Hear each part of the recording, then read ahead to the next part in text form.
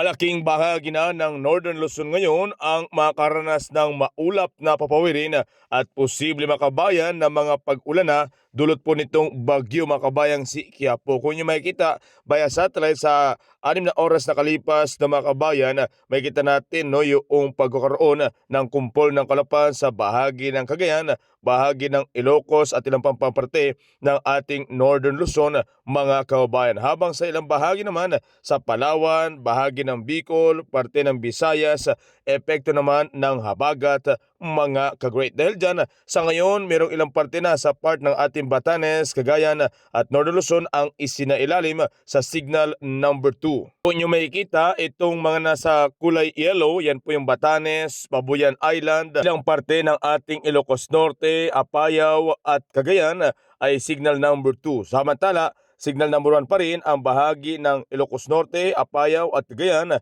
bahagi ng Ilocos Sur, Abra, Kalinga, Isabela, parte naman ng Mountain Province, Ifugao, La Union kasama na sa signal number 1, Benguet, Nueva Vizcaya, Quirino at parte ng Aurora.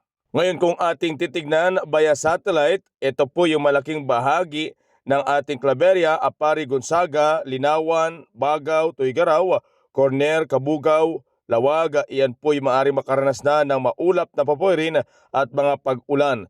Itong part ng Palanan, Dilasag, Madela, Casibo, Santiago, Maria Aurora ay mayroong makumpul na kaulapan na rin.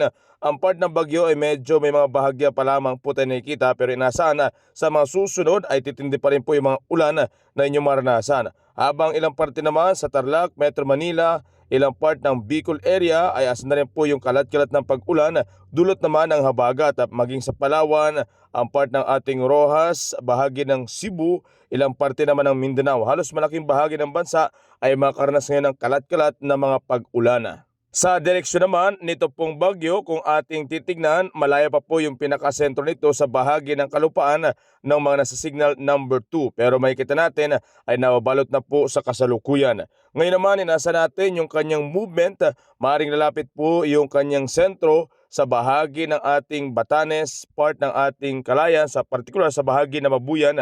Mas malapit po yung kanyang sentro. Pagitan po yan ng hapon.